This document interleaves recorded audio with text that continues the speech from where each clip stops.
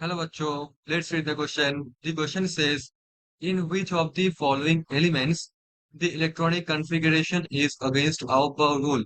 Nickel, palladium, platinum, scandium, titanium, zirconium, palladium, platinum, copper, iron, chromium, manganese. So question हमको पूछा गया है इनमें से कौन सा एलिमेंट्स में क्या होगा हमारा अब जो रूल है उसके अगेंस्ट हम लोग मतलब अगेंस्ट फॉलो होगा जो इलेक्ट्रॉनिक कॉन्फ़िगरेशन होगा. So the key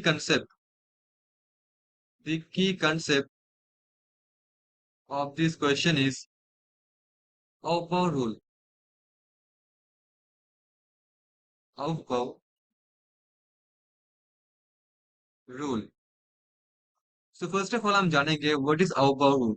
Aufbau rule is nothing but it is the building block of electronic configuration और कैसे इलेक्ट्रॉन्स एक्चुअली ऑर्डर में फील होगा ऑर्बिटल्स में वो हम बताते हैं Aufbau. So इसके अकॉर्डिंग वन इज देखो जो एनर्जी लेवल सबसे लोएस्ट एनर्जी पे होगा वहां पे इलेक्ट्रॉन जाएगा ये बताते हैं Aufbau rule. तो वन एस क्या होता है सीक्वेंस वाइज.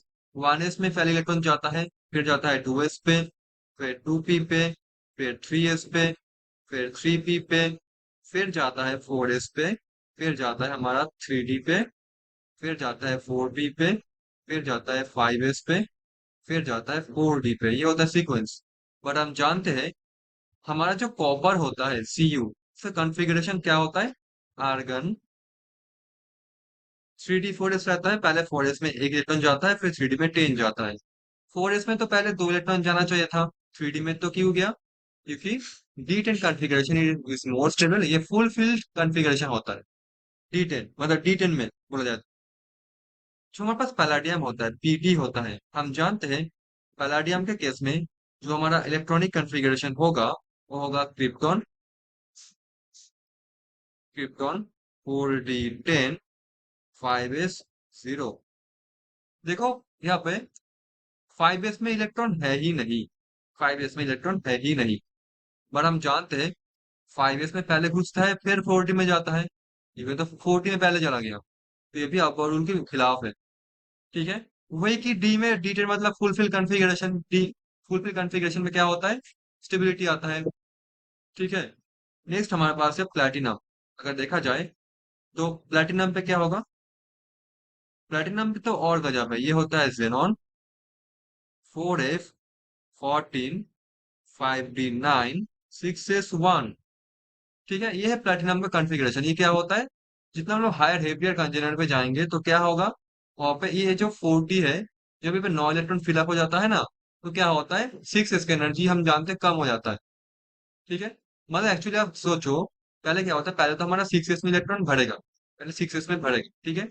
एक भरने के बाद क्या होगा अगर सिक्स एस में दो इलेक्ट्रॉन भर जाए तो ही इंटर इलेक्ट्रॉन रिपल्शन होगा.